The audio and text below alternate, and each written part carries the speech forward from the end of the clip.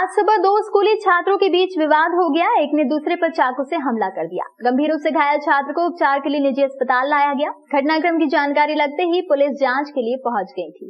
Save road स्थित 2 तालाब के आगे the divine higher secondary school बना हुआ है। सुबह मध्यांतर के दौरान सभी छात्र स्कूल परिसर में मस्ती कर रहे थे। उसी दौरान कक्षा 10वीं में पढ़ने वाले एक छात्र ने कक्षा 12वीं में कॉमर्स का अध्ययन कर रहे चाहत पिता मिश्रीलाल लोधी पर अचानक चाकू से हमला कर दिया। चाहत को लहूलुहान देकर साथ ही छात्रों में अफरा तफरी मच गई। घटनाक्रम की जानकारी लगते ही स्कूल के शिक्षक भी मौके पर आ गए। चाकू मारने वाला छात्र भाग निकला था। चाहत सार्थक नगर का रहने वाला है। घटनाक्रम की जानकारी परिजनों को दी गई और उसे उपचार के लिए निजी अस्पताल ले जाया गया, जहां चाकू का घाव गहरा होने और ब्लड अधिक बहने पर डॉक्टरों ने उसे उपचार के लिए आईसीयू में भर्ती किया है। छात्रों के बीच चाकूबाजी की जानकारी लगते ही पुलिस भी मौके पर पहुंच गई थी। फिलहाल चाकूबाजी की वजह सामने नहीं आई है।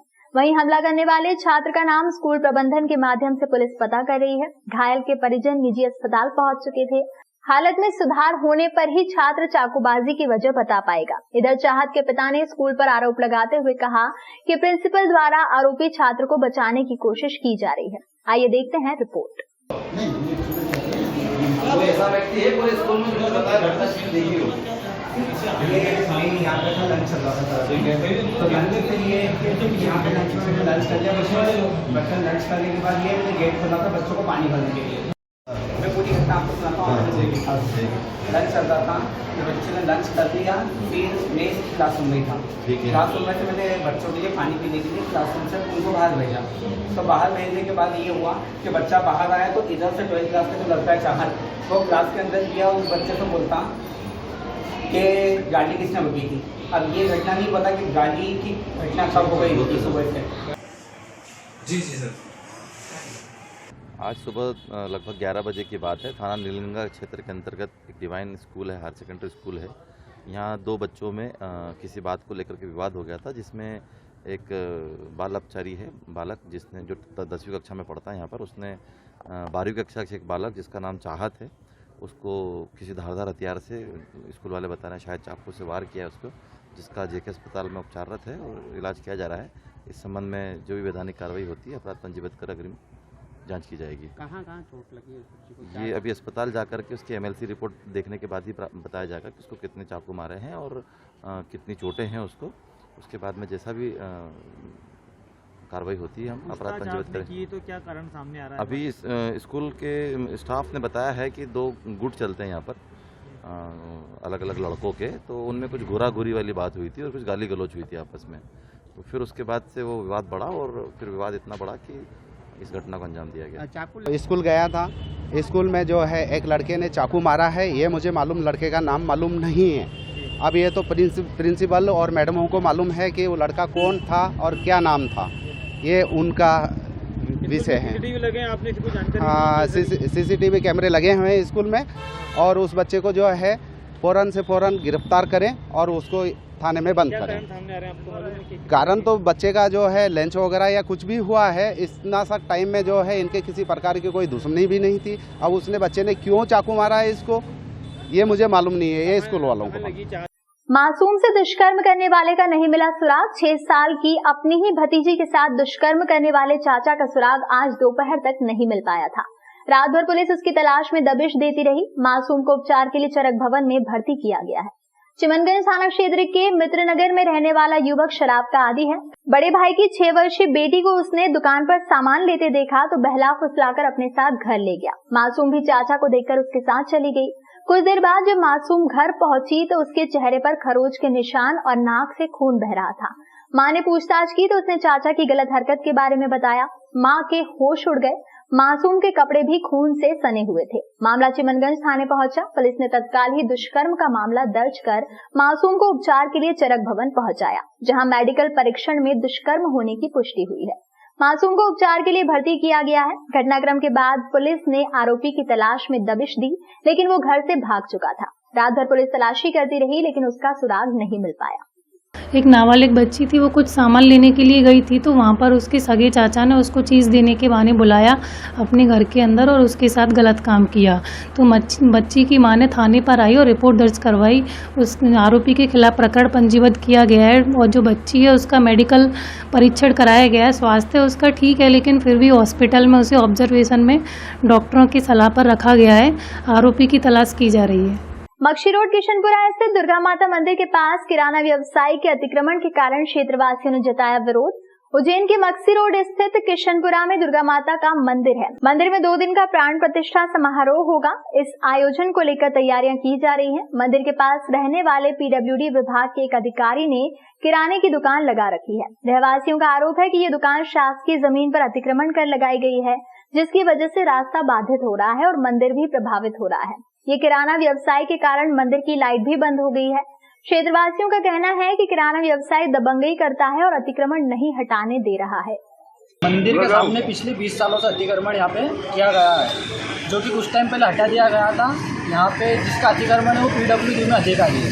ये आज से 5 साल पहले अतिक्रमण हटा दिया गया था, जो कि वापिस इसी जगह पर अतिक्रमण कर दिया गया और जो आम जनों का रास्ता था वो रास्ता भी यहाँ पे से बंद कर दिया गया। और मंदिर समिति द्वारा, मंदिर के पुजारी जी द्वारा यहाँ पे 7-8 बार उनको बोला भी गया, तो उनका कहना यूँ पड़ता है कि आपसे जो बने वो कर लो। मैं पीडब्ल्यूडी का अधिकारी हूँ, मैं चाहता हूँ तो आपको अंदर भी करा सकता हूँ। पुलिस प्रशासन की हमारे को धमकी दी जाती है आए दिन, और आप खुद देख सकते हो मंदिर के जस्ट सामने दुकान है, दुकान के पास में मंदिर है, मंदिर के पास में नाला है और घर से कम 20 फीट दूर तक अतिक्रमण किया गया है। तो आज क्या हुआ? आज ये हुआ है कि मंदिर की जो लाइट है, मंदिर की लाइट अपन खंबे से ले रखी है, अपन ने मीटर नहीं उतारा रखा कोई अलग से, तो एक जने के चक्कर में उनने पूरी लाइट बंद कर दी गई है। अब मंदिर की लाइट कैसे चला आप बता दीजिए। मंदिर पे कैमरे लगे हैं, कैमरे से भी इनको दिक्कत है कि कैमरे का मुंह इधर कीजिए, आप इधर कीजिए, जिससे हमारे मंदिर पे 3 बार चोरी हो चुकी है। कल मंदिर पे प्राण प्रतिष्ठा का आयोजन रखा गया है, जिसके अंदर बाहर से भी श्रद्धालु आएंगे, बाहर से पंडित आएंगे। अब हमारे मंदिर पे लाइट ने, आप बताओ क्या करें। राष्ट्रीय हास्य कवि ओम व्यास ओम की पुण्यतिथि पर तरनताल स्थित गार्डन में कवियों को सम्मानित किया गया। उज्जैन के राष्ट्रीय हास्य कवि ओम व्यास ओम की शुक्रवार को पुण्यतिथि मनाई गई। यहाँ तरनताल स्थित गार्डन में एक अनूठा आयोजन किया गया। कार्यक्रम के सूत्रधार स्वामी मुस्कुराके और व्यंग्यकार मुकेश जोशी रहे। ओम हास्याय नमः संस्था द्वारा ओम स्मृति हास्य पछाड़ भेरू सम्मान शाहजपुर के रंगीले कवि पंडित अशोक नागर को प्रदान किया गया। एकनाथ व्यंग पिछाड़ी सम्मान से डॉक्टर हरीश कुमार सिंह नवाजे गए। मालवी गीतकार डॉक्टर राजेश रावल सुशील को मालवा हास्य अघाड़ी अलंकरण से विभूषित किया गया। एक को भीतर भेजा, दादा को बुला के ला, यार गले पड़ गए यार, कब तक चिल्ला यार, तुम बोलो रे दादा की झलक सबसे अलग, दादा की झलक सबसे अलग। वो फिर बोले दादा की झलक, ये भीतर देखने गया, दादा दूसरे दरवाजे से बाहर आ गया। तो फिर दूसरे को इसको बुलाने भेजा, ला यार, उसको वो भीतर ही रह गया। दादा आ गए है बोल, उसको बोला, बोले चल दादा आ गए, चिल्लाओ बाहर, दादा की झलक सबसे अलग। तो भीतर से बोला तुम बाहर चिल्लाओ, दादा की झलक सबसे अलग, मैं भीतर रहूंगा, भाभी की झलक दादा। मुझे फंसाया प्रेम जाल में, मुझे फंसाया प्रेम जाल में, मुझे फंसाया एक दिन जब से साली, प्रेम जाल में मुझे फंसाया एक दिन जब से साली ने लूट लिया दिल, काले दिल ने